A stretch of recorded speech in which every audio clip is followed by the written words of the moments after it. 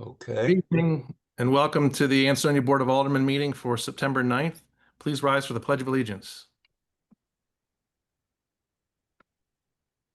Pledge allegiance To the flag. To the flag of the United States of America and and to the to the republic, for which it stands, one one nation nation, under God, indivisible, with liberty and justice for justice for all. All right, Trish, can we get a roll call? Alderman King, Here. Alderman Farrar, Here. Alderman Adamowski, Alderwoman Tarr, She's here. Alderman Cassetti, Here. Alderman Janetti, Here. Alderman Nutt, Here, Alderman Hardy, Alderman Mello, Alderman Rivers, Here. Alderman Mamone, Here, Trish. President Stewart, Here. Alderman Levinsky, Here.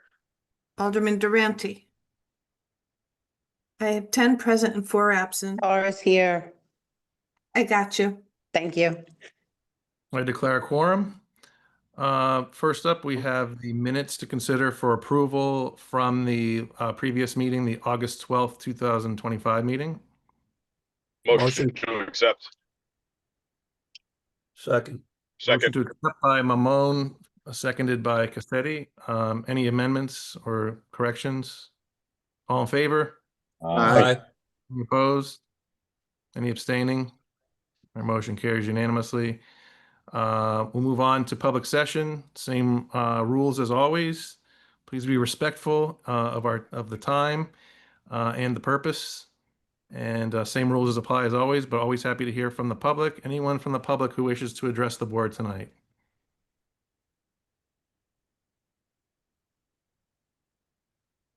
Please make yourself known. Anyone from the public? I see a hand. Ann Lynch, you're up. And Trish, I'll just make a note that Steve Adamowski is here. I think he missed the roll, but he's there below you. Thank you, Josh. Go ahead. You're up, Ms. Lynch. Hey everyone, Trish, Ann Lynch, 15 Birchwood Drive. I'm sure you know that by now. I have to say, I wasn't planning on speaking tonight until I saw the agenda. I know you won't answer me because that's what always happens, but I want this to be recorded that I totally disagree with the length of terms that are being appointed to the Recreation Board. I spoke about this during public session in July when the Recreation Board was on the agenda, and then the Board of Aldermen that night voted for no action on it. Well, I see that my words fell on deaf ears because I see again on the agenda tonight that new members are being put on the Recreation Board for 5-year terms. Most terms on boards are for 2 to 3 years. 5 years? Come on, guys. It seems funny to me that the Recreation Board hasn't officially met in years, and now 2 months before the election, we are going to form the Recreation Board with 5-year terms. Unreal. But my biggest objection to this is that back in July, you had Amy Bravo and Bobby Evans listed as members to be put on the Recreation Board. Look at your agenda for July. And now they have been removed. Why? Is Amy removed because she questioned you on a few things? Amy Bravo has been involved with the field project from day one. She is intelligent, respectful, and considers all sports when making decisions. By you not putting her on this board is an absolute disgrace. Boards are supposed to be made up of both parties, but that is certainly not the case here. And why isn't Bobby Evans a member anymore? He is the facility manager for the Board of Ed and a resident of Ansonia. Don't you think his input is important for this board? Also, what happened to the sports advisory panel to Parks and Recreation? That was also mentioned during the month of July. That's not on tonight's agenda. I once again ask the Board of Aldermen to consider what you are voting for tonight when it comes to the Recreation Board. Consider the length of these terms and the people who are being asked to serve on it. Remember, no is always an option. Thank you. I will quickly address that. Obviously, appointments are the mayor's prerogative, and appointments change all the time, but the charter itself states that it must be 5-year terms, section 269. What I'm curious, I'll be sure to look that up, because when I was on the rec board, then you guys let me go because I didn't agree with everything from Mayor Cassetti. It was only 2-year terms. So I'll be sure to have to look that up tomorrow, because a lot of our other boards are not 5-year terms. Section 269, board organization, all members shall serve terms of 5 years. So we were just going with that, but thank you. I appreciate it and well taken. Can you tell me when that was written, Josh? Ordinance of 9-120, probably in the 60s if I had to guess. Well, that's funny. When I was on the rec board under this team, my term on the rec board was 2 years. Yeah, I don't know the subsection of it, but the section that I read you was a 5-year term. That's why those are that. Thank you. Next speaker, Amy Bravo has a hand up. You are next. Hi, are you able to hear me? Go ahead. Perfect. Amy Bravo, 10 Clifford Drive. I would like to piggyback on just a couple of the key ideas just mentioned by Ann Lynch. I had sent an email yesterday to President Schuer, Mayor Cassetti, and Attorney Marini, but have not yet received a response addressing some of the same concerns. I am hoping that that is because they plan to address my concerns now with the board publicly during tonight's meeting. I want to be sure that the rest of the Board of Aldermen members, as well as everyone else involved, realizes that the list of appointees that is up for vote for approval for the Park and Rec Board tonight is not the original list of appointees who were contacted by the city back at the end of June and asked to serve on the new board. Somewhere between when that appointment letter was filed on July 3rd with the city clerk. Are you listening? And today, somewhere between that time, changes were made to the list of people being asked to serve on the board. And at least to my knowledge, those no longer considered for appointment were neither contacted nor given any explanation. I am not suggesting that those who are currently on the appointment list in front of you tonight are any more or less qualified than those on the original list. I hope if they are approved, that they will serve their role the way I would have, in an unbiased. You just got bumped off a list, just bumped off. In an unbiased and equitable manner that looks out for all sports programs equally. However, I am questioning the transparency of this change of appointments. More importantly, on a bigger note, I'm not sure if all of the Board of Aldermen members noticed that tonight's appointment letter in your packet no longer includes the sports advisory panel that Ann just mentioned to the rec board, which was being recommended and up for approval back in July before there was a motion to table it. This was a group of representatives from each sport, both high school and recreation, who were being asked to serve on an advisory panel. For example, Keith Maynard was listed as a representative for Pop Warner, Brian Piccirillo for Little League, Patrick Palmer for high school baseball, Rob Lisi for softball, Jeff Bryce for rec soccer, Ryan Santo for boys soccer and tennis, Steve Kish for girls soccer. It included all sports. In my opinion, this advisory panel was a step in the right direction, and it's invaluable to the Park and Rec Board. I would hope that all people accepting positions on the board would want open collaboration and informed decision-making. The elimination of that group is detrimental to the collaboration needed in order to ensure that those who are most knowledgeable of the specific needs of each sport are heard and consulted prior to decisions being voted on by a newly appointed Park and Rec Board. I highly urge the Board of Aldermen tonight to reconsider the creation of this advisory panel. Lastly, I hope an update will be given regarding the Nolan Field project, projected completion dates, as well as if the portable fence is being purchased for high school baseball field. In my opinion, this is an important final piece to the portion of that project, just as soccer goals, tennis nets, and field goal posts are being included for their respective sports. I hope the city can make this happen. Thank you.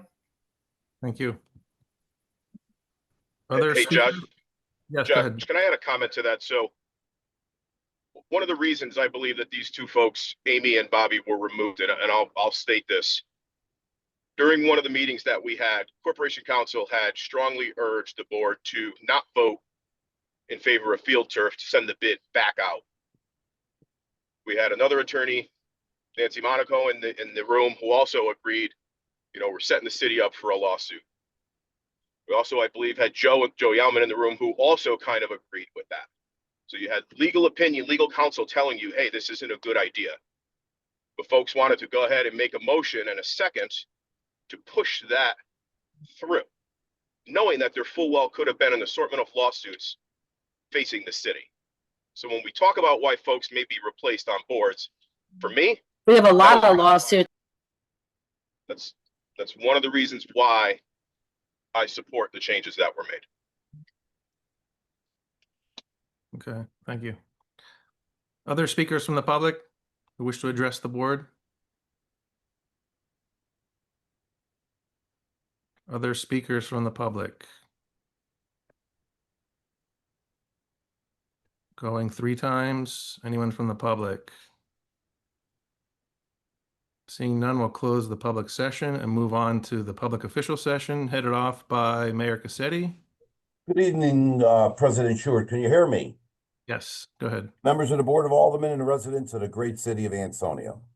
I want to take a moment to recognize our new Chief of Operations, or as we call him, the COO, Joe Yalman. Joe needs no introduction, having proudly served for 8.5 years as 5th Ward Alderman for our great city. Joe and his family have been Ansonia residents for over 20 years. Joe's legal expertise and experience serving in the AG's office has prepared him well for his service to the city of Ansonia. Joe is already hard at work creating efficiencies so that our taxpayers get more for their money. I am proud to welcome Joe into the city hall, and I am certain we can expect great things. Thank you, Joe, and welcome aboard to your new role. I am looking forward to my meeting with MFAC tomorrow, and I am particularly proud of the low mill rate, strong reserve fund, and strong financial position Ansonia is in. Kurt and Finance can speak more about this. Paving and sidewalk repairs will begin shortly, and we will post a schedule regarding the work being done. We have completed demolition on SHW, and you will hear about next steps later on. The bridge at Ansonia Copper and Brass is close to design completion, and that project is moving forward. My staff has met with the DOT's right-of-way division regarding our Naugatuck River Greenway Trail project that will run alongside Riverside Drive. Bill Anderson of VHB and I met with residents whose properties will be impacted positively with the State Street project in securing the necessary easements to advance this project. We have consultants for Olson Drive, and the animal shelter will be discussed these projects in a bit more detail. We have a few events that I want to bring to your attention now that fall is well underway. Olson Drive's unveiling, and the first Charger game to ever be played on the new turf field will happen on September 19th as the Chargers face off against the Seymour Wildcats. We anticipate an exciting pregame show, and I hope you will all attend to cheer on what I know will be another championship season. Thank you to Field Turf, DeCarlo and Dahl, and Public Works for keeping this project on track. Don't forget about Harvest Festival, which will be held on October 4th, and the Autumn Festival at the Ansonia Nature Center on Saturday, October 18th. More to come on these events. Thank you for now. Thank you, and God bless you all. Thank you, Mayor. Next up, we have John Marini, Corporation Counsel. Mr. President, members of the board, good evening. As the mayor says, there's a lot going on right now. Just want to hit some high points. Number one, our new Ansonia Middle School, beginning the process to make that a reality. Our school building commission has already had an initial meeting on this specific topic. They're going to continue down this path of essentially using staff to develop specs, going out to bid, and pushing for the beginning of construction sometime in 2026. That's it in a nutshell.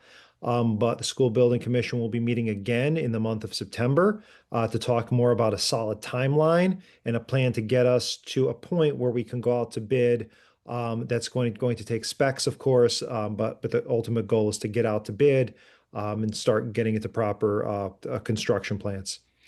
Number two, Nolan Field. Obviously, that's a project that's right in front of us, and we're almost at the finish line. September 19th is going to be the first game on the football field. And also, you're seeing right now, ahead of schedule, turf is going down into side B, which is the baseball soccer side. We want to note, of course, that we have appointments to the Parks and Rec Board tonight, but also there is a larger advisory committee consisting of representatives from every sport league. That, of course, is still going forward. I believe the thought was to kind of start with Parks and Rec so they could specifically get laser focused on the field policy before the larger group starts to come in to review that draft and before it is finalized. So, of course, it is still an inclusionary process. Representatives are still going to be placed for each sport on the advisory panel, but we're trying to go about it in an organized way. And I did mention lasers. I do want to update the board. The mayor had promised fireworks for the 19th for the first football game. However, because of the fact that the Farrell's roadway, the roadway leading up the mountain to Farrell's, that is not available on a Friday night, and due to the fact that the field is not in the right condition, and also it's very close to the roadway to be shooting off fireworks, we have pivoted. And we have pivoted to a potential laser light show. Joe Yauman, this has been a task that he's been working hard on, trying to get arrangements with the right vendor. I think he'll share a little bit more of that with you later, but we're hoping to finalize something this week to get a laser light show for you on the kickoff to our first game of the season, and even more importantly, our first game ever on the revitalized Nolan Field. But big thanks to everyone who's been working on the Nolan Field project. Our vendor Field Turf, working nonstop, it seems, night and day to get this done and done on time. And of course, to all of our allies, both in the city, Board of Education, all of our volunteers, this board for coming together to make the decisions that need to be made in a timely manner so we can have this on time, on budget, on schedule. Also, DeCarlo and Dahl, Ron Nault for helping to oversee. Next, I want to let you know that we're on track with our new arrangement with Municipal Tax Services. This is the plate reading contract that we entered into. You saw in the news, of course, that nearby city, Shelton, entered into a similar arrangement. Of course, the city was actually first, but we don't have to point that out to Shelton. Municipal Tax Services has already met with our assessor's office and is basically setting up the infrastructure to go online with their operation. And of course, the bottom line is we'll be identifying vehicles that have been improperly off the tax rolls because of out-of-state plates and bringing that revenue back to the city and back to the support of our taxpayers and everyone that depends on the services of the city.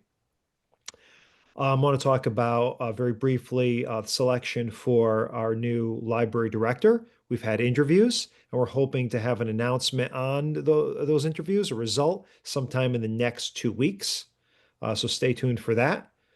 And of course, Back to the Future, the famous quote, where we're going, we don't need roads. But unfortunately, where we are, we really do need roads. They're essential. And thanks to this board, and thanks, of course, to our residents, we've been able to move forward with the next stage of road improvements that will see us, as we mentioned last month, past the 100th road paved. That project has been out to bid, and we are expecting an announcement in the next week or so of the prevailing bidder. And that may require a special meeting, depending, as we want to get that project moving quickly before the season closes. And it will cover work this year and early next year, so 2 phases. Ongoing legal negotiations. We have contract negotiations with our clerical unit and with our arms unit. And I believe we may have something to show for that at our October meeting. And finally, I want to close on an event that you may have read about in the Valley Independent Sentinel, which is a prom for zombies, which is going to go on at our Ansonia Armory on October 11th. And that's thanks to our great partners, the Halloween Dungeon. They had a shop that they were running in Seymour where they offer all things Halloween all year round. But a great team there at the Halloween Dungeon that are going to be putting this on as a great seasonal event for the city. It is 21 and over, as there will be alcohol served. And it will be a party where guests will be able to be made up as zombies, and it's incorporating a stage show. And it should be very exciting and definitely very unique. So with that, they are taking volunteers, and they've had some tryouts if this board would be so inclined. I can't promise you'd all make the cut. As a zombie, Depends how close you could act I can think of a couple. to the living dead. Yeah. Any questions for Corporation Counsel tonight from the Alderman? Just a comment. John, you mentioned the search for a new library director. I would just encourage you to ensure that the successful candidate holds a master's in library science degree. This is a standard qualification for both public and school librarians. All right. Any other questions or comments for Corporation Counsel? Yes, I have one. Go ahead. John, is there any updates on the states on the sidewalk on Franklin? That is something I will defer to Ms. Sheila O'Malley. Okay. Yep. Hi. All right. Alderman River, you want me to talk about it now or after? Yeah, go ahead. But Alderman Rivers, the state has indicated that they have that road scheduled for reconstruction in the spring of 27. Wow. So that's a long time, but in my report, I was going to talk about, our application for sidewalks, et cetera, and whether we can speed that up into 26. So hopefully we'll get some money for sidewalks and we can just replace them. All right. Well, just for the titles and location of Shelton, I do want to have an update on any of our development projects. So Sheila O'Malley, you can. Yep, I'm just going to give a quick update, and then I know Brian Sirowich is here from Ty and Bond for the Olson Drive project. Mike Marcinik is from APMI is going to speak to the shelter. I don't think Neil is on, so let me just quickly go over. As you all may know, the demolition is wrapping up, and Building 12 is completely down now. Preparations are being made for the retaining wall and for the access road, which we are rethinking, possibly connecting it to Ansonia Copper and Brass. But I'll have more on that, on how that reconfiguration would look and what that would look like on the Liberty Street parcel, through the Liberty Street parcel. The bridge, I think the mayor mentioned, once we have the full design and we're approved, we're gonna go forward with replacing that bridge entirely. And that'll be probably in conjunction with the new Riverwalk path. That's a $4 million project it's in design right now, and we've reached out to the rights of way division of DOT to talk about the next steps for that path, as well as a potential for a road. I will turn it over to Brian, who can talk a little bit about Olson Drive. All right, Brian. On mute. Brian, you're on mute. Hi, everyone. Sorry about that. I sent a request to share real quick. If I could share a screen. You should be able to. Not? The host isn't allowing sharing. All right. Let's see. John Marini is the host. John, can you allow Brian to share? It should be allowed at this point. And Mr. President, also congratulations on the wonderful Paisley background. I knew you'd like that. It's not wood paneling, but it's pretty close. It's like a Seinfeld episode. I stole Was it from that Kramer. velvet? Yeah, velour. I like Yeah. it, Josh. Thank you. Appreciate it. Reminds me of James Burton's telecast when he played with Elvis. So I just want to provide a quick update on the Olson Drive Sports Complex. As you know, we gave an update in July at the July 2025 meeting. So we completed the hotspot remediation, other remediation activities being conducted out here. And, I know I'm talking about remediation activities, but everyone just keep in mind, because we are using state DECD related funding, there are the Connecticut general statutes require us to comply with the remediation standard regulations. So all of these items need to be, our I's need to be dotted and our T's need to be crossed, so we make sure that there are no other issues moving forward. That being said, we have completed we had to complete a few items, groundwater reclass. We had to fill out a widespread polluted fill variance and complete a cap design to comply with the RSRs. And with this cap, this is a 9-acre site. There's 3 main components to it. It's the soccer field area, the paved parking areas, and the landscaped areas. And I'll flip through a couple slides real quick. With that being said, the field status, we've submitted a package to the developer to review, so he can concur on the cap design and the elevations that he wants for the project, for the property. We're expecting to get his concurrence this week, and then the cap construction is expected to begin following his concurrence. And as far as I know, the developer is discussing the turf design with the vendor, and I believe that vendor is Field Turf, who we're using at Nolan Field. So that being said, the cap design is right here. We have the soccer field area that needs a 12-inch cap between above a demarcation layer. The green areas where it's going to be like grassy landscaped areas and the stands, that's going to require 18 inches because of roots and other vegetation. And then the parking areas are another component that require 9 inches of cap, 8.5, but who's counting?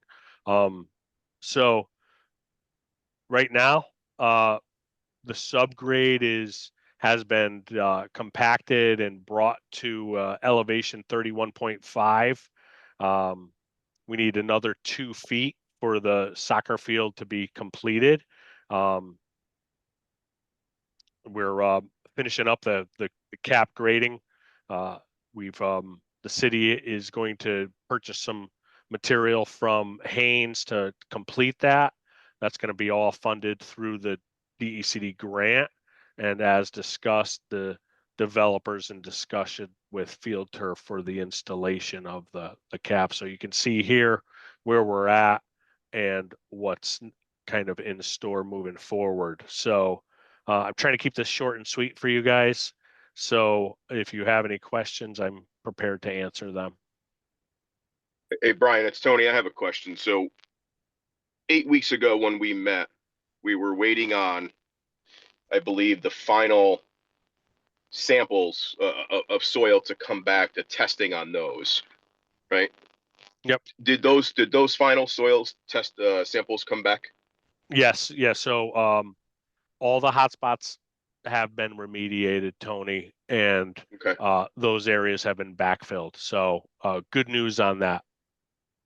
All right. When was the concurrence sent to the developer for review? Concurrence was sent last week for the developer. He was on vacation. He actually got back to us and said today that he concurred. So Okay. he'll be sending that, but he has to send that in writing to Brian Yep. before he moves forward. All right. Because 8 weeks has gone by. You know, I think I don't know what level of deadline extension we're on. I'm not quite sure what the expected year of completion, but I'd say your drawings are missing about 4 feet of weeds. This board, I would say the residents are frustrated with this project because, Brian, there's been no progress on this. I know there's a lot of bullets, a lot of PowerPoints, a lot of designs and pictures and all this other, fun stuff with it, but the city needs shovels in the ground. We need work to happen faster than 2 days all equipment is removed.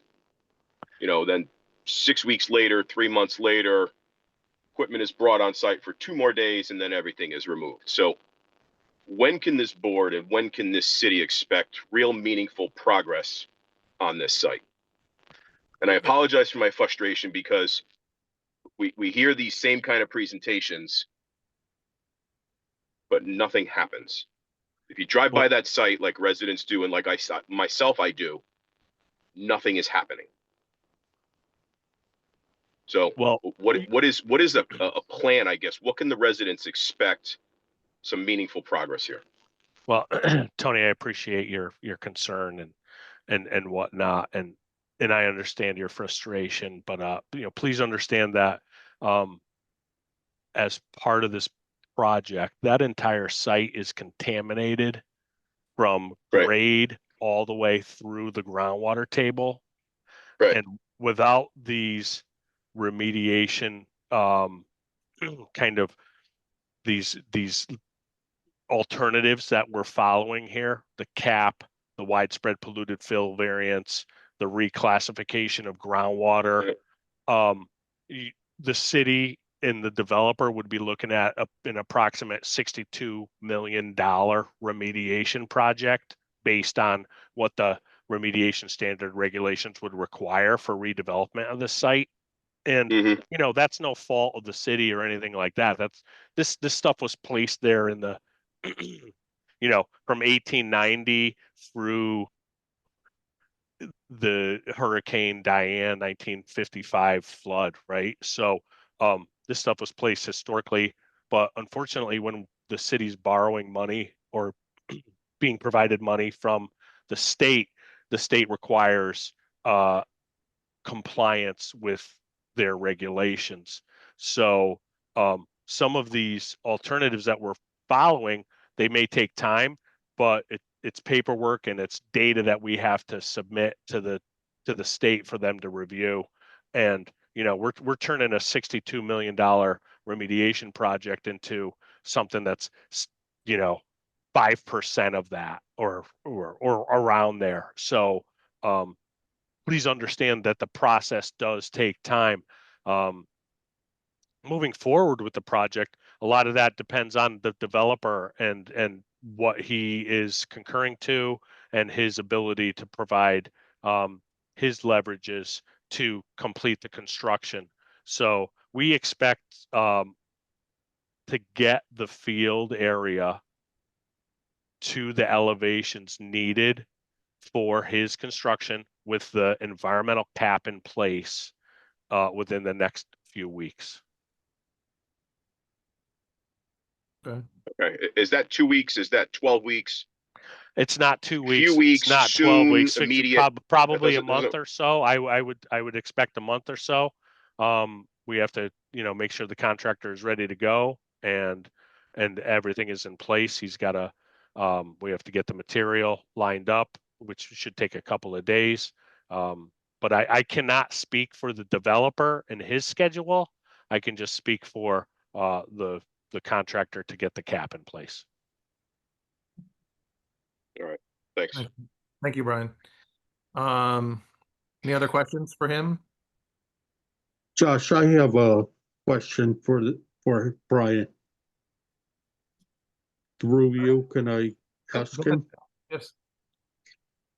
There was a contaminated site in Stratford you're probably all aware of, and it was the old asbestos factory down there.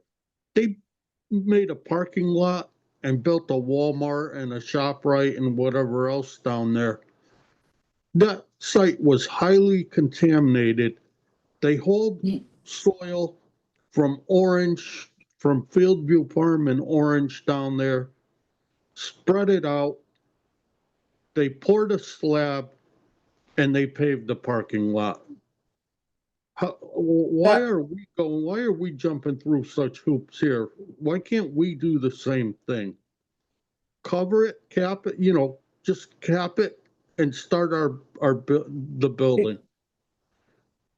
Bob, one thing you need to understand is that this is a soccer field, right? So it's going to be played on by children and adults, and there's certain standards that have to be met. Second thing is, I believe you're talking about a development that probably didn't use state or federal funding. And so once you begin to use state and federal funding, the process is far longer than if someone comes in with development money and does their own cleanup and does their own development. It's quicker. But maybe Brian has something to add to that. But I don't know that you can fairly compare that. But yes, it has taken some length of time to get to where we are. And I believe some of that has to do with the standards that had to be met in order for the developer to go forward, for any bank to give him the go-ahead to go forward. Well, thank you. I echo everything that Tony said. I go by it probably daily. I live on that side of town, and it's just amazing what I see going on down there. I don't know. We were all down there for photo op and gold shovels and everything else that went on. I'll be dead before this field's up. Let's hope not, Thank Bob. you. All right. Thank you. Thanks, Brian. Can you kill the screen share? All right. Appreciate it. Appreciate your time as well. Thanks, everyone. Sheila, you said you had Yep. Mike Marcinick is here from AEPMI to talk a little bit about the animal shelter. Hello, everyone. Just want to give you an update. We're looking at pushing this job as fast as we can. I provided the mayor and Sheila with a 2-week look ahead. Actually, we incorporated 4 weeks of work. We're looking right now. We're at the point where we're fixing the drains, the sanitary lines that were put in a new kennel in the wrong spots. I mean, that's our job as the designers. We got to ensure that this building is built according to our plans. So we're fixing that. That's going to get done this week. And then we're going to get the new kennel floors poured, the slab on grade to get poured. Next week, the masonry walls will start to go up. We're waiting for the truss designer or the truss manufacturer to come back with submittals on the new trusses. so that he can get those built for the following week, hopefully by the end of next week. I mean, so we can start to get the trusses installed and get some roofing material on site. Week 3 or 4, we should have all the trusses installed, plywood sheathing on, glazing material, the galvanized roofing material on that roof, so that we can start to seal the building up. You know, that week, by week 4, 3 to 4, windows will go in, new fencing will go outside around the kennels, and we're going to install the access doors for the dogs to get in and out between the inside and outside. We're trying to get the new kennels installed and completed for installation within 4 weeks. That's the plan right now. You know, Sheila and I are still talking about trying to get the dogs temporarily out, maybe a month out, to one of the other city's shelters, like Shelton. We can do that. Then we can start. If we can do that within the next week or so, we can start the demolition on the old building that's way too small for state standards, so that we can get that building constructed quickly as well. So that's where we are today. And I've been on site just about every day the last week and a half. I'm open for any questions. Questions from the Aldermen for Mr. Marcinick? Yeah, Mike, it's Tony. So, you know, we've kind of been tracking, you know, folks on site, and I think, you know, I don't think there's anybody from the notes I've received, anybody's been on site this week, doing any sort of outdoor work there. Last week Well, they were there yesterday. I was there. They were installing the piers for the exterior supports on the trusses that go over the top of the exterior kennel area. So I know they were there yesterday.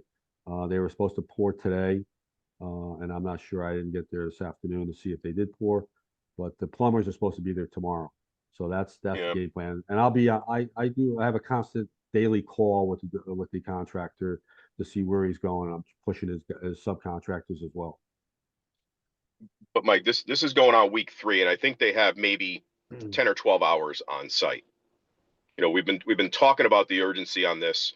You know, days they have one guy there with, you know, a handheld piece of equipment. I'm not quite sure if that's, you know, what their level of urgency is. Well, but when we had last talked, what I'll do is I'll I'll start taking pictures. Okay. One at a time here. Okay. Yeah, if I may finish my thought, you know, when we Sure. had talked, you know, there was, you know, sentiments of immediately priority. You know, you had a conversation with the contractor. They were going to be on site. There was going to be a presence. There hasn't been any of that, Mike. Well, right? I don't know who you're talking to, because I've been on site last 3 of the last 4 days. I've been on site for at least 4 or 5 hours. Okay, in and out, jumping in, checking on these guys to make sure. So I'm going to start taking pictures so that Sheila has them for the record. But we are pushing this. And again, part of the problem with it when you're getting out of the ground is to get out of sequencing, because we have a lot of underground drainage sanitary lines that we have to make sure work. We did work with the Public Works Department to open a sanitary line, so we know exactly what the depth is that we have to go to. So we have that pinned down now. They're going to start a new sanitary line to make it easier and quicker to get through this process. So we are on the job. But I will agree, it doesn't look like it's coming as fast as everyone would like. But again, you can't have contractors doing digging for things if the plumber's got to come in sequence behind the site work. So that's what they're doing now. And then you can't do the slab on grade till they get all those the plumbing heights correct and make sure that they're all pitched right. Yeah. Also, if guys are showing up at 2 o'clock to start work, that's not a feasible work day either, Mike. So okay, I think go ahead. let me finish, please. So, you know, we have some of the documented evidence on this. You know, I'm kind of, you know, at wit's end here. I'm actually prepared to make a motion to terminate the contract tonight. So I'm kind of tired of the delays. Stuff needs to work. Like I said, we have pictures with one guy on site. It's unacceptable, Mike. This is a priority project. This needs to move a lot faster than it's been, and it's got to move a lot faster than it is now.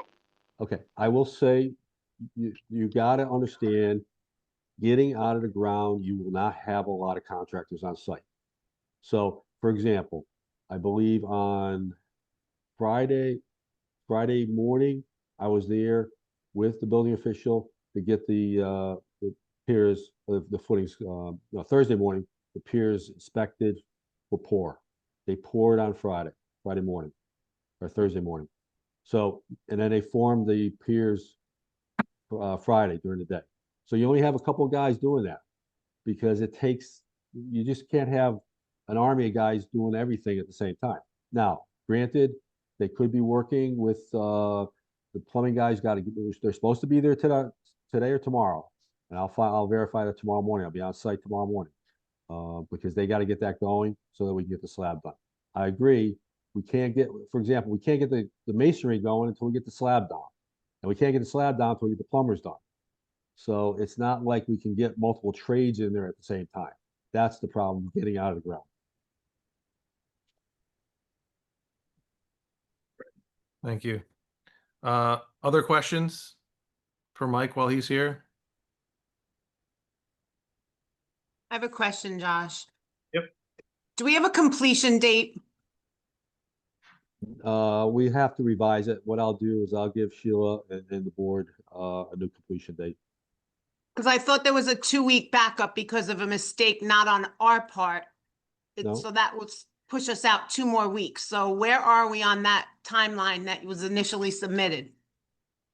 That 2 weeks is probably was too aggressive of a delay. It's probably been a month delay, and I will get Sheila and the mayor and the board a new completion schedule. When can we expect that? Today's Tuesday, Wednesday, Thursday. Okay, thank you. Okay. Thanks, Bobby. Other questions? All right, thank you, Mike, for attending tonight. You're welcome. I'll get the schedule, and I'll get some pictures over to Sheila by Thursday. Thanks. Thank you. Sheila, any other updates on anything? No, I think that's it for tonight. Okay, thank you. All right, we will move on to the moment we've all been waiting for. Yeah. The debut of Mr. Laser, the new COO. I hope that doesn't stick. The coup. We had no idea Yeah. that you were working on laser shows, but in addition to all the other stuff, but very excited to hear about this. Joe Yauman, COO, you're up. Thank you, Mr. President, members of the board. I'll try to be brief. Sheila always says that, but it never really works out, but I will actually try to be brief. I'm settling in. I've been obviously a little more than 2 weeks, so I got a couple of things that I want to talk about. John pointed out one, laser light show. After, realizing that kind of fireworks weren't going to work up there, we've been trying to find a vendor to do a laser light show. It looked like we had somebody. Unfortunately, a scheduling conflict arose, so we have a meeting with another vendor tomorrow morning. Hopefully that will work. It sounds promising. I spoke to the person the day before yesterday. This was the first date available. So we're going to be on site. He's going to be evaluating the field and then giving us a proposal. So hopefully that works for the 19th, and we will have a laser light show in place for the first football game. Other things, let's see. So two really major things on my side, obviously, the human resources and the operations aspect. From the human resources, a brief update. I've met with the benefits coordinator, the payroll software representatives, working with Marianne in payroll, trying to evaluate and familiarize with the current system and the process and how it's all working. And so that's kind of in process, and I hope to have, the goal being obviously to evaluate, modernize where we can, become more efficient for the taxpayers where we can, as is the charge. So looking at that stuff, one of the things that we are working on is a draft of an updated current personnel policy. Our last one is quite antiquated. So we're working on that and hope to have something to the board probably hopefully before next meeting. From the operational aspect, the Nolan Field field project is right on target, particularly with side A being done. They're up there tonight, the game on the 19th. Hopefully we have talked about the laser light show. Side B is ahead, and we have a field policy ready to go, assuming a committee is put in place to start drafting and looking at that. We have a draft policy ready that was, I think it was sent out. You guys got it in July. So that's ready. I know I've talked to Jeff about it. We're just kind of ready for you guys to put the committee together.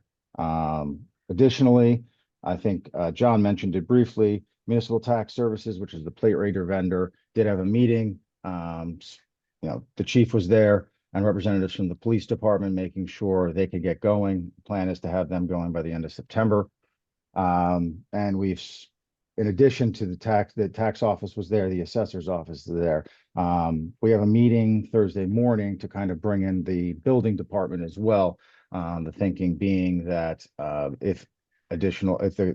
not only the out-of-state cars that are going to, but if we have unregistered motor vehicles as well, we can try to piggyback in terms of blight and in terms of landlord accountability, and trying to get people into compliance with those things as well. Finally, the one thing that is kind of going to be on the front burner, and we're working towards it, is kind of looking into finding a vendor that can potentially put us in a place where we can get a technology audit for the city. It's one of the big things, just trying to become more efficient, modernize, for the taxpayers, for you guys, for everybody involved, and for the, and for everybody that works at City Hall and for the city. Just trying to evaluate where our deficiencies are, evaluate if we have any security concerns, and really evaluate where our technology is, to try to get us up to par. So that's kind of my update at this point. I don't know if anybody has any questions. Great. Any questions from the alderman for the ex-alderman? Sure. I got a comment. I saw this coming. No, it's only a comment. Hey, good luck on your new job. I'm going to miss you as my partner for 8 years. We've got a lot done, and I hope you get a lot more done. Good luck. Thank you. Appreciate it, partner. Yeah. Rivers, you got a monkey off your back. You should be jumping for joy. All right. Any questions for Joe tonight? Josh, I just had a quick comment. Well, first, Joe, welcome to your new role. Thanks, Steve. And I know you're going to add a lot of value, and I'm very encouraged by the technology audit that you're going to be conducting. Thank you. Thanks. All right. You got off easy. We'll start hammering you in future months, but Look forward to October. yeah. Welcome aboard. Thank you.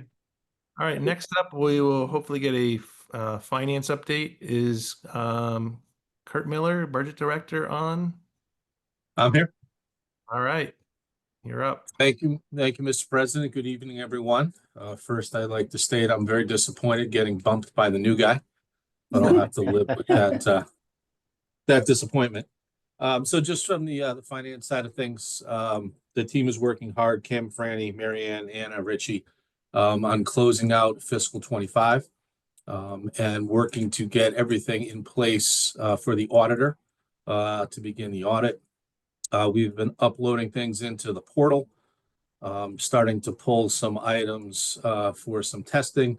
The goal is to have the auditor in by the week of the 22nd to start that testing. Once the testing begins, we're in really good shape. We are substantially ahead of last year. So when Rich Bashir came and gave that report 2 months ago or so about some of the issues that we had been facing with regards to staffing and some of the financial systems connecting between the Board of Ed and the city, you're starting to see the fruits of all of that labor, all that hard work that went into getting that done is paying off. So we are very far ahead of where we were last year. I don't want to speak for our auditor, John Acavella, but to date, he seems relatively pleased with the way things are going, how the information is flowing back and forth. And we are on pace for December 31st submission. Richie will tell you that it's going to be sooner than that, but I certainly am not going to say that. So we'll be happy to have this audit done in December. That's extremely important. That's some of the things that the rating agencies will be looking for. We had a lot of conversations with them in the spring about that. That was one of the concerns that they had. So they will be looking to make sure that we are meeting the expectations that we had set. So the big thing, obviously, tomorrow is our first session with MFAC. That'll take place tomorrow at 10 a.m. Myself, the mayor, Kim, Richie, and John Acavella will all be available to meet with the committee. We've spent some time over the last couple weeks with some kind of prep meetings, so everybody understands their roles, kind of what's going to happen. I've spent a substantial amount of time kind of studying previous MFAC meetings, getting an idea of the flow of how the meetings go and understanding of the expectations that MFAC has. I actually had some conversations with Bill Plummer and Kim Kennison. Kim Kennison is the executive financial officer for the state of Connecticut. She kind of runs the MFAC commission. So, we had some good conversations about expectations, kind of about what they're looking for. So, I feel very confident that the presentation that we're going to do tomorrow is going to, the committee is going to be pleased with. We're expecting some good back and forth, some good dialogue. We are choosing not to look at this as a bad thing. We all understand the reasons why we were sent to MFAC. We understand that it's purely political, and that is what it is. But the team that we have tomorrow is going to be looking at this as an opportunity to have good dialogue, to have good feedback with a group of financial professionals, people that are very unbiased, people that have zero skin in the game with the city of Ansonia. These are people that just simply care about good municipal finances. So we're looking forward to having those conversations. We're going to be very open and honest with them. We expect them to be very open and honest with us back. I expect that we're going to come away with some value add, some great takeaways. I think they're going to give us some ideas and some suggestions. There's no perfect finance department. I've been doing this for a long time now. And the thing you want to keep in mind is the true goal of what MFAC is. MFAC is based on a lot of the results of the audit. Everybody budgets different. Everybody plans for capital different. But the one thing that is true and consistent for everybody, because everyone has to follow the same exact set of rules and standards, is the audit. So that's primarily where MFAC is rooted. MFAC has 7 specific criteria. I don't know if anyone's ever discussed this openly with the board, but I just wanted to take a few minutes and read through the 7 criteria. The criteria, if you hit 3 or more triggers, OPM automatically recommends you to MFAC, and that starts the process. So the 7 separate criteria: number 1, a negative fund balance percentage, which the city of Ansonia does not have. Number 2, report a fund balance percentage of less than 5% in the 3 immediately preceding fiscal years. City of Ansonia does not have that. Reported an operating deficit the 2 immediately preceding fiscal years and reported a fund balance percentage of less than 5% for the immediately preceding fiscal year. City of Ansonia does not have that. Number 4, issue tax or revenue anticipation notes in the 3 immediately preceding fiscal years to meet cash liquidity. City of Ansonia does not have that. Number 5, the municipality has not filed its annual audit report within 12 months of the fiscal year end. The City of Ansonia does not have that. Number 6, the current annual audit includes 1 or more material or significant audit findings that were reported in the annual audits the 2 previous fiscal years. City of Ansonia does have that. And that stems exactly from what Rich Bashir talked to all of you about 2 months ago, with the audits coming in after December 31st, but still within the 12-month period. That happened 2 years in a row. That needs to be reported on the audit. So that one we actually do have. And the final one, received a bond rating below A from a bond rating agency. We do not have that. So by the statutorily established criteria from MFAC, the city of Ansonia is nowhere near needing to go to the MFAC commission. We are going there because of political reasons. But again, the group is going to go there with the ability to want to have conversation with this committee. We're going there to discuss best practices. We're going there to discuss how we do things. We're going there to get feedback. MFAC did not want us to come there. They didn't ask us to come. We were put there for political reasons. These folks, again, are simply there to help people.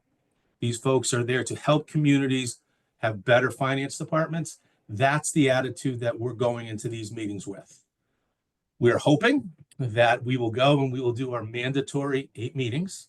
And at that point, we will be released out of the program and back onto the way we were. So again, it's been a lot of work that we've put in the last couple months preparing with this, a lot of reports that needed to be created. Again, a lot of back and forth. And, I just want to publicly thank Kim and Bill Plummer, who works for OPM. That's kind of Kim's right-hand person on the committee. They have been extremely gracious. They have been available anytime I had a phone call, anytime I had a question, quick to respond. They're there to help. So my hat's off to them. They're very, very busy people. Folks on the commission are extremely busy. And it's nice to be able to, when you reach out to someone, to ask them questions, to have a conversation. These folks are more than willing to talk. These folks are more than willing to share experiences. So I think this is going to be an extremely positive experience. The one thing I can say is I think we're going to leave this process justified in the fact that the city of Ansonia's finances are not as bad as everyone's claiming it out to be. We are not near bankrupt. There is no money missing. We have the ability to pay our bills. Maybe we do things a little bit differently than other people, and that's our thing. But everything is sound. Ansonia is on sound financial footing, and that's going to be proven over the next 6 months to a year when these meetings are completed. So, I just kind of wanted to go through that. We have different slides built out. We're going to get into the reasons why we do the things that we do. If you look at just some of the statistics, why does Ansonia work so hard to keep the mill rate as low as possible? Over 50% of our residents are below the poverty line or ALICE qualified. So we have folks that struggle, and the biggest expense that they have are living expenses. These are folks that devote 50, 60, 70% of the money they earn to finding a place to live. So we need to do all that we can to try to keep those costs down. Now, unfortunately, Ansonia has become an extremely attractive place to live. As people want to move into a community, it drives up housing prices, it drives up rent prices. So if we can do a small part by trying to keep taxes low, we need to make sure that we continue to do that to make the city as affordable as we possibly can for all of our residents. And I think that's something that this board and BOAT have done a fantastic job with over the last 4 or 5 years that I've had the privilege of working with all of you. So we're going to have those discussions with the MFAC Commission tomorrow to make sure that they understand Ansonia, the challenges that Ansonia faces, going from one of the most economically distressed communities. I believe we were 2 or 3 at one point. We're now up to 18. So, once you cross 25, you're no longer considered a distressed municipality. So that is certainly the goal. We're absolutely headed in that direction. A lot of the underlying criteria certainly bears that. So again, we're going to go through all this. It's a public meeting tomorrow. It's a Teams meeting. So I certainly welcome and encourage all of you to log in. If any board member is looking for login information, just shoot me an email, and I would be more than happy to send that over to you. Obviously, the agenda is public, so it is online. on the MFAC website. So I think I've rambled on long enough, Mr. President. So with that, and I'm sure Chief Williams is chomping at the bit to say something. So with that, I will turn it back to you and ask if there are any questions that any member may have. Thank you. Sorry for Yeah. bumping you, Kurt. You know, it seems like it really bothered you, so maybe next month I'll put you back in front of Joe. But I was trying to put him on the spot and see how he reacted with no warning, but which I think he did a good job. But seems Yeah, not bad for a rookie. Yeah. Any questions for Kurt on the finance side tonight from the Aldermen? Yeah, Kurt, it's Tony. I got a quick one. So there's going to be dialogue back and forth with the state during this process. Do they prepare an official report after each of the meetings of either findings, notes, things along those lines? I don't believe so. It seems that it's just the minutes. Again, MFAC is simply an advisory commission. So they're more of a sounding board. Okay. Where they can kind of have open dialogue. You have, municipal finance professionals. So finance directors from larger towns and smaller towns. So you have the finance director, or lack of a better term, from the city of Waterbury, and the finance director from the town of Woodbridge. So, two completely opposite communities. So, you get good feedback. And then you also have financial professionals. So you have a bond counsel on there. You have, there's auditors, there's actuaries. So it's a good mix. So that way, what they do is they ask for a set report each quarter. They tell you what they're looking for. We submit it. They go through in advance and study it. And then they essentially come and ask you your questions. Glenn Rybacki, who is actually our bond counsel, sits on the MFAC commission. He needs to recuse himself, obviously, during these conversations. But Glenn has been extremely helpful in prepping us for this, kind of letting us know what's needed and, kind of just the tone and the pace, the cadence of these meetings. So we hopefully should be ready to go. Thank you. Thank you. Any other questions for Kurt? Joe Cassetti? Yes, through you, Josh. Kurt, do these people on this MFAC, do they get paid? No, they're all volunteers. They're all volunteers. Yeah. So I mean, everyone who is appointed by the governor to any type of committee or commission, most are unpaid. I mean, I'm on the MERS board, and it's a volunteer position. So. All right. Thank you. You're welcome. All right. Thank you, Kurt. Moving on, someone who never complains about his spot in line, Chief Wayne Williams. I'll leave that one there. Yeah, good evening, President Stewart and Board of Aldermen. My sincere apologies. I was out of the country for the last meeting, so I am back. Quick personnel update. We have 3 officers that are currently in our field training program. We have nobody in the academy, but we do have one being sworn in tomorrow, and is going to the academy on the 19th. We have 6 open police officer positions still left to fill. We are currently in multiple testing phases with academy seats in October if we can find candidates. We're also working on backgrounds on some dispatchers. We do have a dispatcher opening, so hoping to get that one concluded soon. We are still working on our Tier 2 accreditation, which we expect to have done by the end of the year with the state. I may have updated you on our replacement of our K-9 unit for the department. The K-9 was selected, the officer was selected, and he started his 12-week training program yesterday.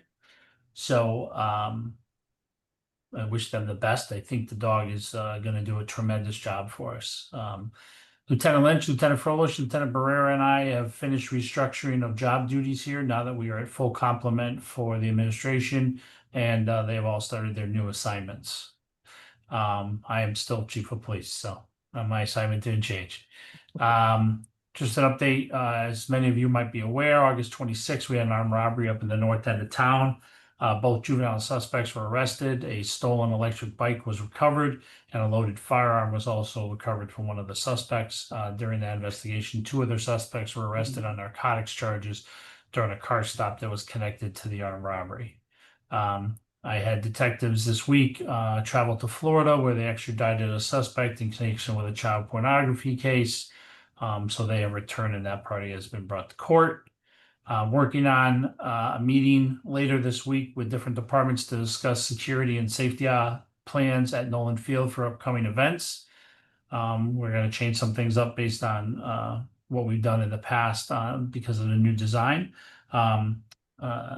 Mr. Yowen, I do ask that when you have your meetings, that maybe we have a conversation about your field use policy and signage that I think should go up there. There's some things that we've had issues with in the past that I think maybe we can just nip in the bud now. Absolutely, Chief.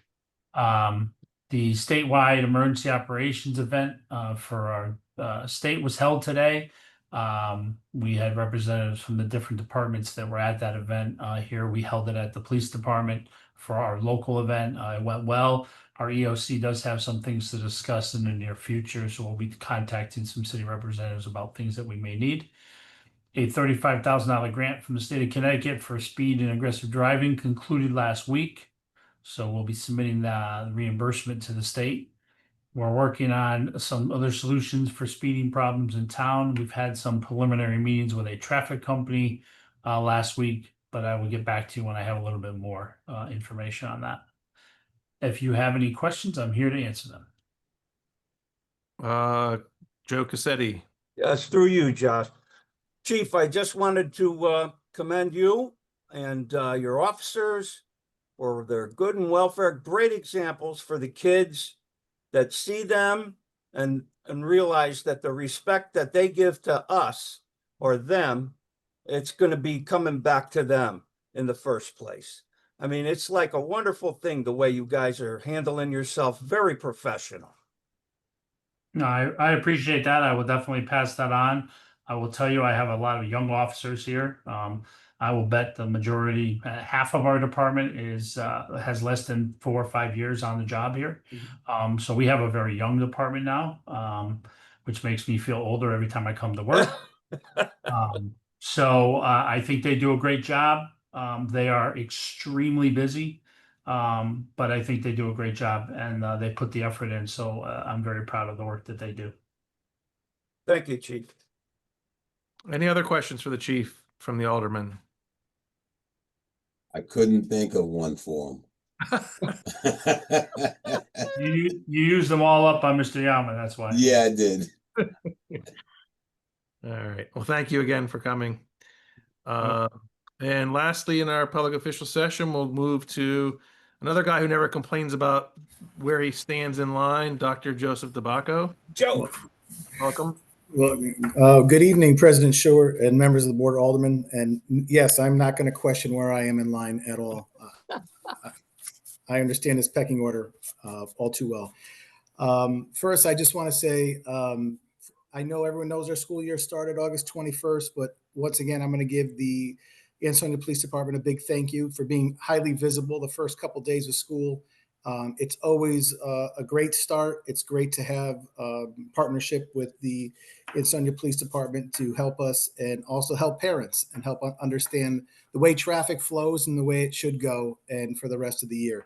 So much appreciated. Also on that first day, I think I told the members of the board, I went to a banquet that night where 2 of our seniors were offered jobs at Sikorsky. So once again, very proud of our partnership with the Teamsters and with Sikorsky, and to see 2 of our kids get hired full time. That was wonderful. Just want to share, yesterday, I attended my monthly career pathway meeting with students and staff. This was an opportunity for the students to share with me, but also to share about their summer internships, but also discuss what pathways they are interested in or careers that they're interested in, and where we're moving forward with working on adding a law and criminal justice pathway at Ansonia High School. And there was a meeting about the discussion about the police cadet program. I saw the list of names of students that were interested, so we can look forward to adding the law and criminal justice pathway. There seems to be a tremendous amount of interest. I do also want to share that this morning I was in Hartford with the other fellow superintendents where we had our kickoff with our Commissioner of Education to excite us and encourage us for the school year. I'll be more excited and encouraged when I know more about what is happening with the landscape of education. But besides that, we left encouraged and supported. I've been in and out of all of our buildings, cheerful faces, teachers, staff, and students working hard. Our sports are going to be in session. Our students are actively in session, and I do everything I can to disturb as many classrooms as I can when I walk into them, just so you are aware. So if you hear that I went to class and I distracted everyone, you're absolutely correct. That's what I did. But that being said, I'm here to answer any questions that anyone has. And I do also want to congratulate Joe on his position. And I know I'll probably be working with you at one time or another with the city. Look forward to it, Joe. Thank you. And also, Kurt, just so you know, I will be in attendance on the MFAC meeting with my Director of Finance as well. Excellent. I appreciate that, Dr. Joe. Great, thank you. Any questions for the superintendent tonight from the aldermen? Yeah, Josh, it's Tony again. Oh. Go ahead. Was that Bob? I'll yield to Bob if that was Bob. Is that Bob Knott? Yes, I was wondering if the superintendent got any money this morning to bring back with him for our school system. No, that's what I was hoping, Bob. That's a great question. I'm waiting for this next legislative session to happen. That's what I'm wondering. Thank you. I knew it was too good to be true. Yes, it was. Yeah, Joe, mine's just a statement, more or less. You know, we've had a couple conversations throughout the month. Unfortunately, it's not going away. But this whole thing with field use on Nolan Field, and you know, we still haven't seen a communication that other sports are going to be directed up to Nolan, you know, after the first football game. There's been zero communication, and I saw the football schedule has, you know, subject to change or relocation, and none of the other sports have said that. So again, just a statement on the record. City spending a lot of money on this field, on this whole project. We have other sports playing in less than desirable locations. We really need to look at moving those other sports up there for home games, because we didn't spend $8 million for 5 home games for football. Just a statement. Thank you. Any other questions or statements from the alderman? All right, we will now end the longest public official session in city history. Move on to financial reports, starting with the Finance Committee. Make a motion to pay all bills if deemed correct. Second. Motion to pay all bills if deemed correct by Mamone, seconded by Cassetti. All in favor? Aye. Aye. Any opposed? All right, motion carries unanimously. Second, the boat recommendations from the municipal report from the boat meeting of 9/8. Motion to accept that package. Second. Motion by Mamone, second by Rivers to accept. All in favor? Aye. Aye. Opposed? All right, motion carries. And thirdly, the request for refunds in the amount of $338.34 if found to be correct. Motion. Second. Motion by Rivers and second by Mamone. All in favor? Aye. Aye. Any opposed? All right, motion carries unanimously again.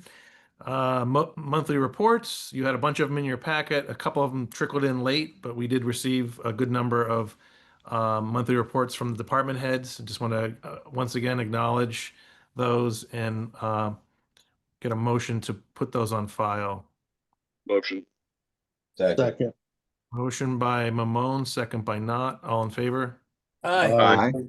Any opposed? All right, motion carries. Actions and claims, we had nothing this month. Communications, we had a couple, or actually had three. We'll start with the first one.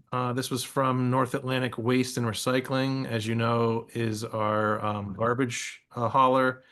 And they stated in that letter in your packet and online that they will be they're acquired by Interstate Waste Services, IWS of Connecticut.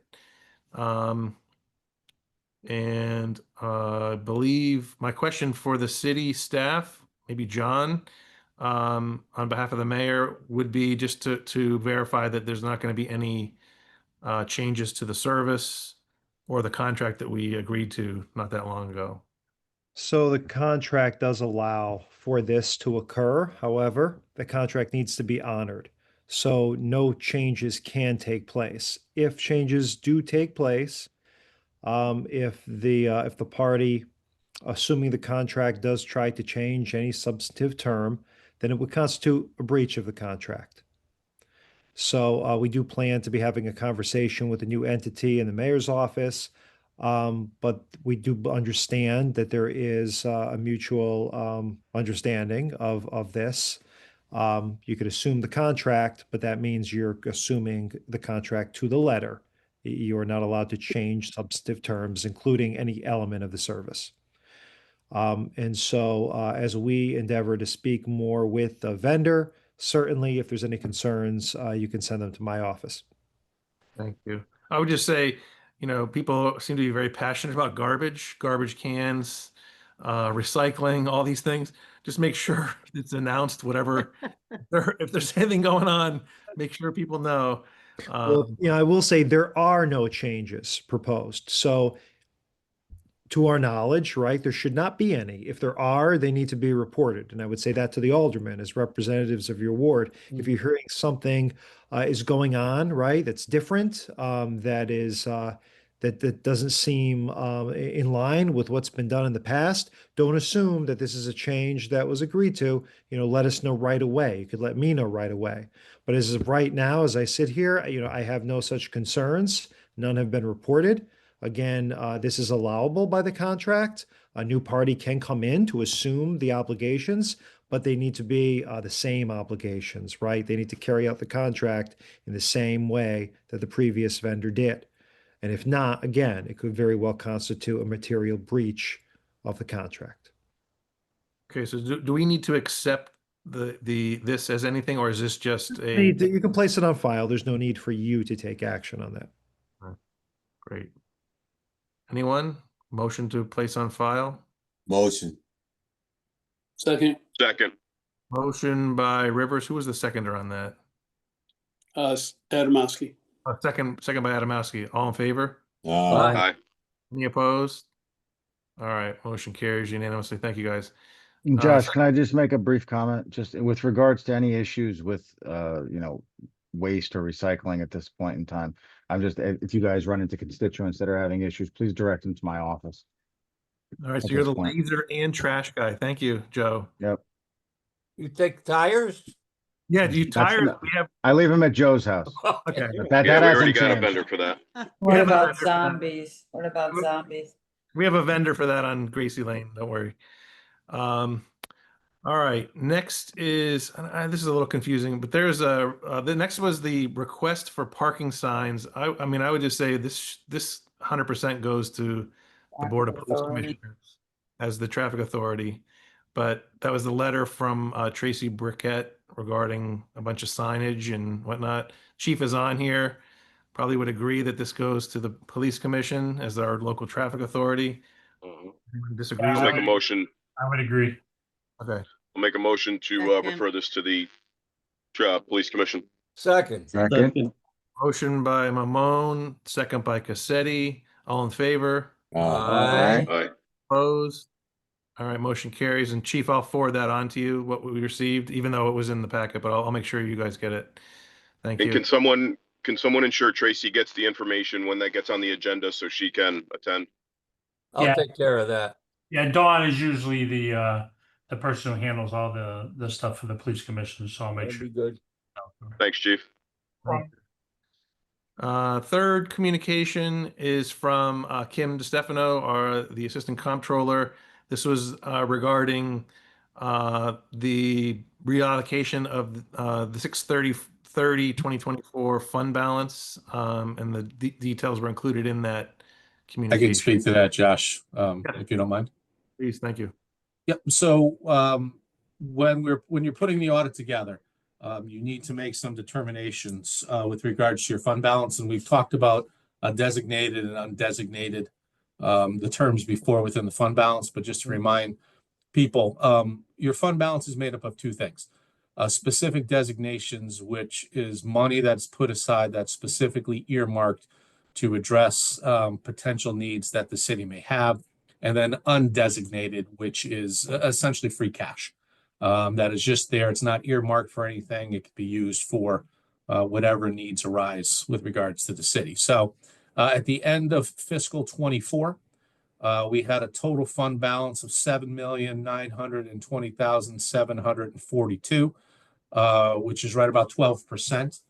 As we know, we talk about having a fund balance that's north of 10%. So the city has an extremely strong fund balance in general, and it has an outstanding fund balance for a distressed municipality. So that's certainly a good thing. So with doing that audit process, we put in some suggestions to the auditor as to how we wanted to have the fund balance be designated. And you can see that on page 1. So you have designation for future budgets, designations for capital projects, for sick time, medical cost, workers' comp, bond premium, the non-lapsing Board of Ed account, and then the undesignated. So you can see how that's broken up. Upon further review, we wanted to make some specific changes to that to beef up some of the areas within the designated portion based on the needs that we foresee the city potentially having in the coming years. So we wanted to increase the designation for sick time from 300,000 to 600,000. We wanted to increase the designation for medical costs from 300,000 to 700,000. And we wanted to increase the designation for workers' comp from 250,000 to 750,000. So that is a total shifting of about 1.2 million. Again, at the end of the day, our fund balance still is an extremely strong and very healthy 7,920,742. And just how we're planning to designate that money. This is something that gets changed every year as a part of the audit process. And quite honestly, this board can change the designations at any point throughout the year. But we just wanted to have this officially done tonight in case any questions are asked tomorrow. We will be able to say that this has been changed and voted on by the Board of Aldermen, and this is the information will be provided should it be asked. Great. I'll make a motion to approve. Can I ask you a question, Josh? Yeah, let's get this a second if possible, and then we can go to that. We have a motion by Mamone. Is there a second on that? Second by Cassetti. Go ahead, Steve. Just wanted to make sure I'm reading those charts correctly, Kurt. The fund balance, the amount of the fund balance or the percentage at 12% has not changed as a result of these shifts. Is that correct? That's correct. 12% is the overall total amount of cash that we have available. What changes is the amount of undesignated fund balance. That percentage has changed. Okay, so that I think that answers my question, because the workers' comp goes, it's like tripled, the medical is doubled, the sick time is doubled, and that all came out of the undesignated fund balance? That's correct. The undesignated was originally 5,683,260, and that is now dropping down to 4,483,260. Great. Thank you. It was great. It was difficult for me to see that from the two separate charts as opposed to being side by side, but that makes sense, and I appreciate the answer. You're welcome. All right. So we have a motion and a second. All in favor? Aye. Aye. Aye.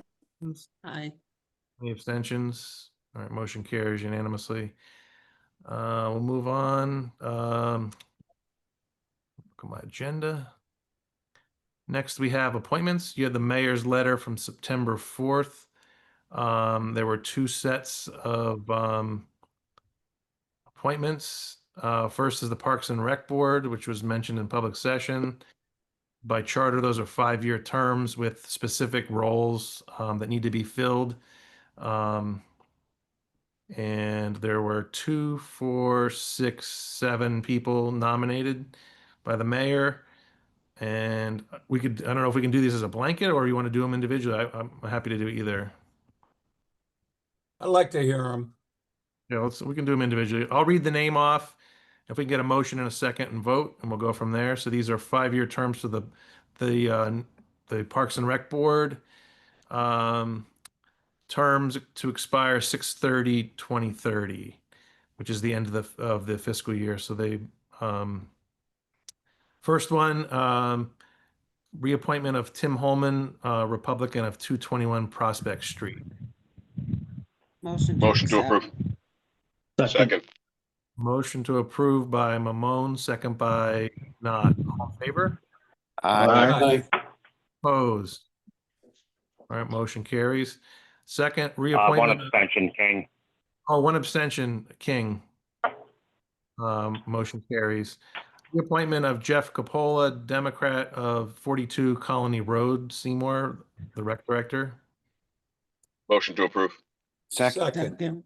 Motion by Mamone, second by Cassetti. All in favor? Aye. Aye. Opposed? Abstentions? Abstain, King. One abstention, King. Motion carries. Third, reappointment of Kevin Rowley, Democrat of 62 Webb Terrace. I make a motion. Second. Motion by Janetti, second by Mamone. All in favor? Aye. Aye. Opposed? Abstentions? Abstain. One abstention, King.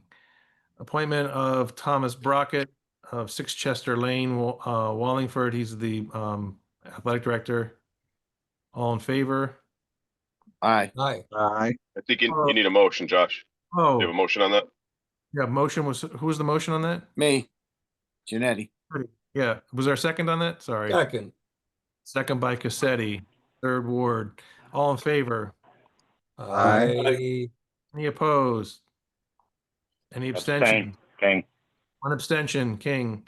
Appointment of Patrick Sheridan, Republican of 49 Elm Street. Make a motion. Motion Second. by Janetti, second by Mamone. All in favor? Aye. Any opposed? Any abstentions? Abstain. One abstention, King. Appointment of Nancy Monaco, Democrat of 9 Dempsey Court. Motion to approve. Motion. Second. Motion by Mamone, second by Tar. All in favor? Aye. Aye. Opposed? Abstentions? Abstain. One abstention, King. Appointment of Scott Foster, unaffiliated of 7 Upland Terrace. Motion. Motion by Janetti, Second.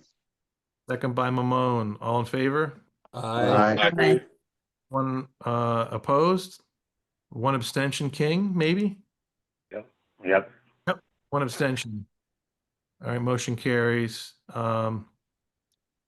Congrats and thank you to those people for their service. As John mentioned, the advisor thing should be forthcoming as well, with a lot of the coaches and representatives for all the different sports. So that'll be interesting and needed, weaving in with the rec board.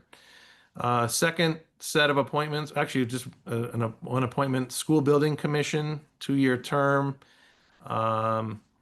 This was necessitated by Joe Yauman's resignation. Appointment of Anthony Mamone, Republican of 35 Berkshire Road. Term to expire 5/10/26. Second. Motion by Cassetti, second by Janetti. All in favor? Aye. Opposed? Abstentions? One abstention, Mamone. One abstention, Mamone. You know, I almost went no on that one, but Yeah, who's that bum? I hear bad things about this guy. Me too. All right. That's pretty good. All right. Congratulations. Thank you. Thank you. All right. See, we have no resignations this month. No resolutions, no ordinances. One item under new business. Griffin Hospital Occupational Medicine Service Agreement. John, do you want to speak to this? Maybe, maybe not. Sheila, Or- probably. I think, Billy, you had processed that, right? Yes, that is for Griffin Hospital to provide services to the city of Ansonia, occupational therapy services. So this is when, you have, if you suffer a work-related injury, you'll go to the OCMED clinic and you'll be treated there. And we do that, that dovetails with our workers' comp program. And so They have been our service. That's the provider. OTPT? Yes. So for the Got it. purposes of, say, workers' comp, we insist that you get treated with Griffin OCMED, and that, of course, helps with consistency and with proper documentation for all work-related injuries, and making sure the city could, if needed, pursue evaluations of work-related injury claims. So does that mandate, I'll make the motion. just a quick question, does that mandate them to have to go to Griffin then? If they went to Yale normally, do they have to go to Griffin? for that? You could opt to go to whatever treater you want to go to, so long, of course, as is covered in your insurance. However, for the purpose of a workers' comp claim, It's comp. often we will then at that point insist that you do go to the our provider. Okay, thank you. All right, so Tar made the motion to accept. Do we have a second? I'll second that. Second by Mamone. Any other questions? All in favor? Aye. Any opposed? Any abstentions? Motion carries unanimously. Any other old business? Hey, Jim. I just wanna bring up something. You're old. Chief Warhol, he submitted a letter trying to transfer a vehicle from arms to the public works, and I thought that was supposed to be on tonight. I never received it for the agenda. I know that was in process, but I never saw the communication. Yeah, he turned it in. Yeah, go ahead, Sheila. No, I don't know if he has it ready yet, but we can, can actually.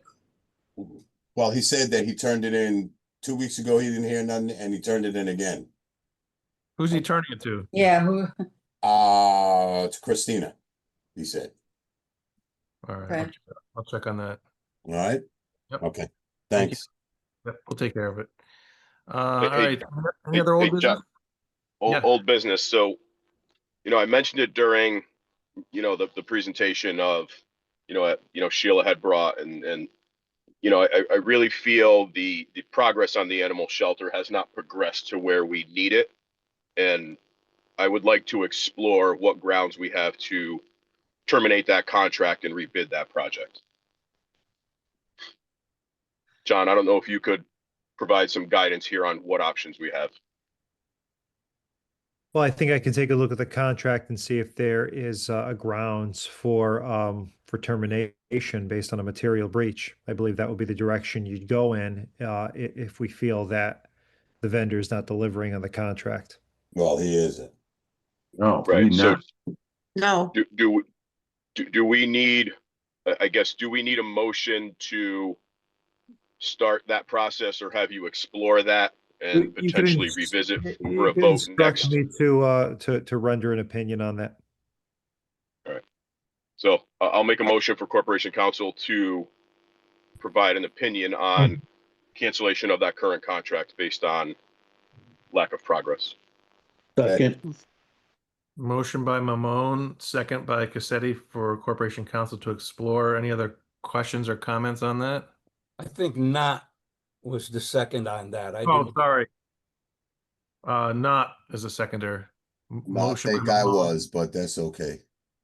All right, so, I didn't see it. I thought it was Cassetti, but that the Northern Lights are throwing me off a little bit. So, Not the velour behind me, but Says the man with the purple velour. not the velour, but the Northern Lights behind Joe Cassetti has got me hypnotized. So Love motion, it. Ramon, who was the second on this? Rivers? Not Go Not ahead. a Rivers, you Give it pick. to Dot. Give it to Dot.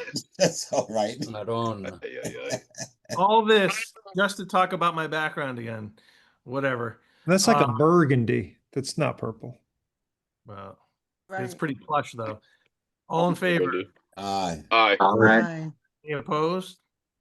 Any abstentions? Yes. One abstention. Okay, and this is just to have him look at things. All right, motion Who carries. abstained it? Joe Cassetti. That's Joe Cassetti. Thank you. Thank you. Any other old business? I would like to ask you something though. Sure. Josh, we're talking about referring Tracy Brickle's request for parking or no parking. I'm not even sure what it was. What was it? Parking or no parking? No parking. All right, so it goes, we refer it to the commission, police commission, or to the Police commission. Yes. The local traffic authority in Ansonia. All right, could we get an answer back on them, on that? Because this has been an ongoing, it needs consideration. Because there are children that Josh, play can I speak to it, Josh? Yes, go ahead. So, Joe, there was the area that she's talking about. I actually sent to Chief Williams today. When they put it, there's two do not enter signs. And people are going into the one way. But what happened was there was a new junction box recently installed coming up 4th Street. So it's actually blocking one of the do not enters. So I did send it to Chief Williams today. He's going to take a look at it. It may just mean moving that sign so that people will be able to see the do not enter. Because as of right now, if there are cars parked there and that junction box, you can't see the sign that says do not enter. So it's actually something that we've been working on. It's been reported, and I know Chief Williams today looked at it, looked at the photos I sent him. I see Wayne just came back in. I don't know if you wanted to speak to it, Wayne, or not, but I think we'll be able to resolve it in the next commission meeting. So I can talk about it a little bit.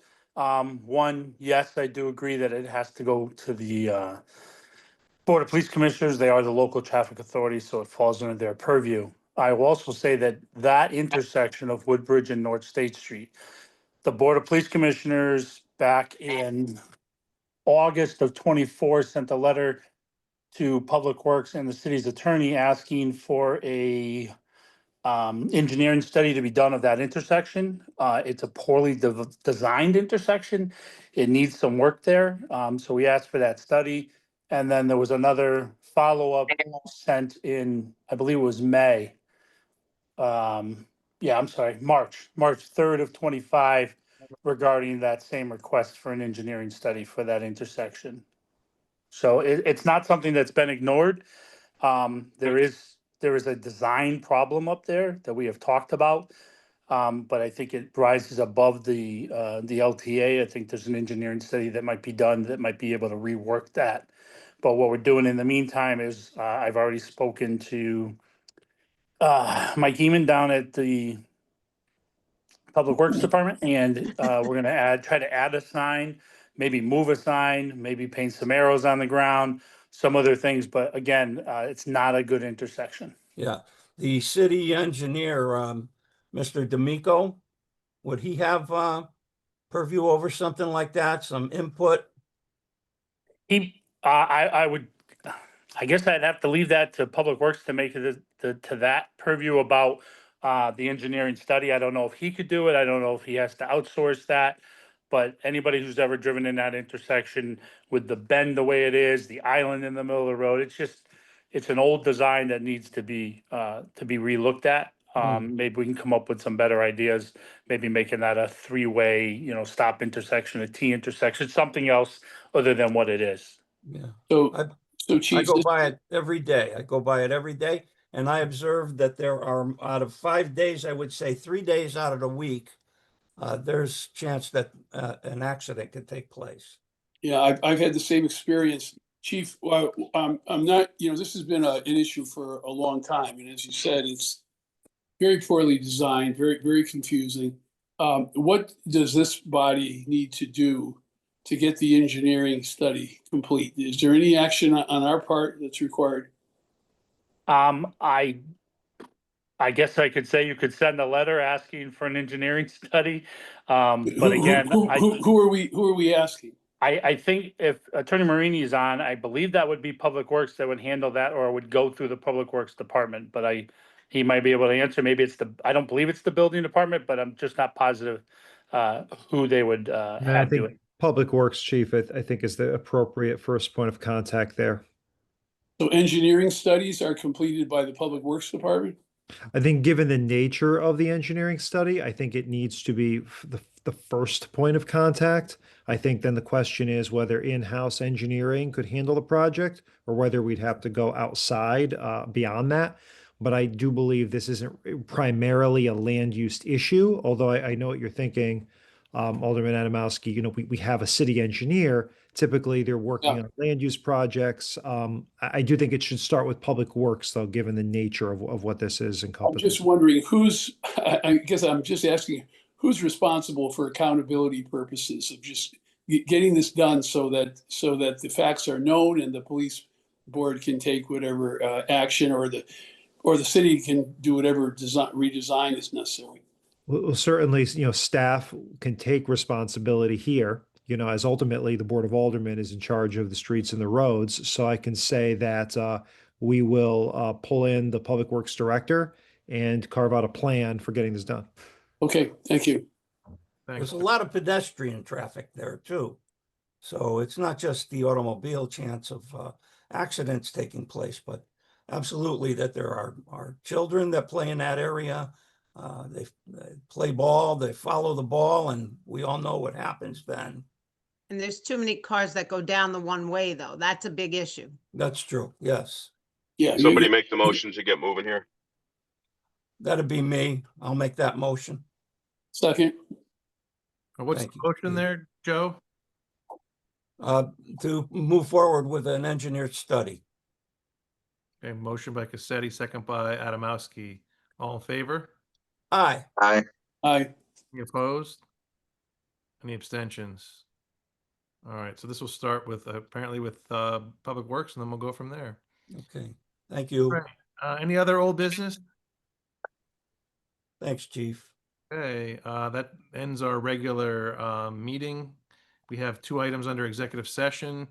We have 2 contract negotiations. We've seen these a few times, but John, who do we need for executive session? Need the board, myself, and that Paisley background. Motion to go into executive session. You want? Is Joe coming in? Yeah, do you want me, John? Oh, Joe can come in too. Yeah. Yeah. Okay, I am available if anyone needs. Yeah, we'll John, take I'm not Sheila. needed, correct? No, they We don't. want Sheila they there don't too. want me. We want Sheila Can't have there. Sheila. No, I can't No, have. We cannot I have Sheila know. there. Or Sheila. I'm joking. Sheila and Kurt actively disinvited. Thanks, Bobby. No. Oh. Thanks To the for back of the trying, line, Bobby. You're always Thanks invited for to our everything, party, Sheila. Sheila. Bye, guys. Yeah, I'm thank gonna you. go get The ready. pleasure Bye-bye, is all yours. Sheila. Oh, Bye, no. goodbye. But wait, Bye, I everybody. can help. We have a motion to go to executive session by somebody. Second.